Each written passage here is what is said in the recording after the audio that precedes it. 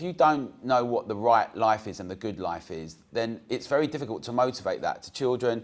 If you're trying to give kids at school medication or call the police to intervene with them because you've lost your authority, or if the people in your street or your estate or wherever you are can no longer intervene and say behave yourself, or if you know those eyes and ears in the community and there's a general sense that adults have solidarity with one another to hold the line and that children need to behave themselves, and then you have an amplification of a sense of, right, we're doing this thing and we're behaving like this and that's all seen as really good, and there's no language to be able to say this is the right kind of life, this is why these things are important. When I was at school, people would say, the teacher would say, you don't know anything. Right? You think these things are good. These are the things that are important in life. There was a sense of a shared sense of where we are and where we're going.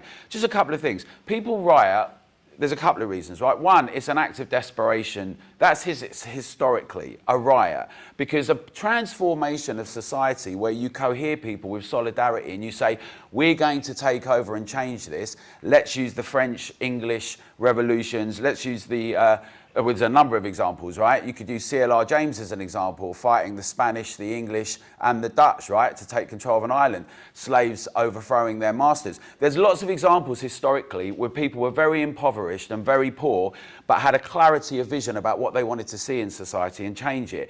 So on the one hand, it's an act of desperation, but there's also a sense, and this is absolutely true about what happened, as soon as after Mark Duggan, everywhere else it was a shopping spree. The problem was it kept expanding because the police had lost authority and were running away and didn't know how to deal with it. And the media are talking about how impoverished everyone is, right? And we need a sense of which we have a collective moral web, right? And that's about us being able to articulate that in a number of our institutions.